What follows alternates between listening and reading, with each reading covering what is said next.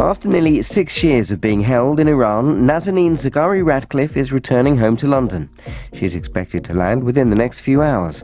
Mrs. Zaghari-Ratcliffe was arrested in 2016 and convicted of plotting to overthrow the Iranian government, a charge she's always denied. Our diplomatic correspondent Paul Adams has more. Welcoming news of his wife's release, Richard Ratcliffe said this was going to be the beginning of a new life. It's taken 3 prime ministers and 5 foreign secretaries to get to this point. Speaking in the Commons, Liz Truss said that last year's change of Iranian government had been crucial, but the really important breakthrough was Britain's payment, after more than 40 years, of a debt worth almost £400 million for tanks that were ordered, but which, because of Iran's revolution in 1979, never sent. The Foreign Secretary said that the government had guarantees the money could only be used for humanitarian purposes. A second dual national, Anousheh Ashouri, who was jailed by the Iranian authorities, has also been released and is on the same flight back.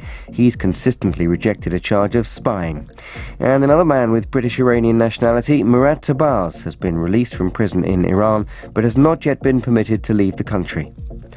Officials in Ukraine say that Russian forces have bombed a theatre in the besieged port city of Mariupol, where it's thought more than 1,200 civilians were sheltering. The number of casualties is not yet known. The Ukrainian authorities say the mayor of the city of Melitopol, about 120 miles to the west, has been released. Officials say that Ivan Fedorov was abducted by Russian forces because he refused to cooperate with the enemy. In a video posted on social media, Mr. Fedorov thanked the Ukrainian President Volodymyr Zelensky for not abandoning him. The International Court of Justice has ordered Russia to immediately suspend all military operations in Ukraine. The Ukrainian government filed the case after Moscow claimed that the war was justified because Ukraine was committing acts of genocide. The ruling is legally binding, but the court doesn't have the power to enforce it. Ukraine's representative, Anton Kurinovich, said it was a win for his country. Today here in Peace Palace is a very important moment and a complete victory of justice.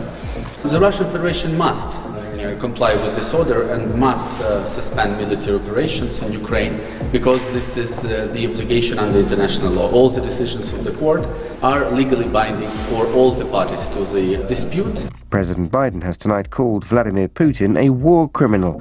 The Kremlin said this was both unacceptable and unforgivable. In cricket, England have made a strong start against the West Indies on the first day of the second test in Barbados. At the close of play, England were 244 for 3.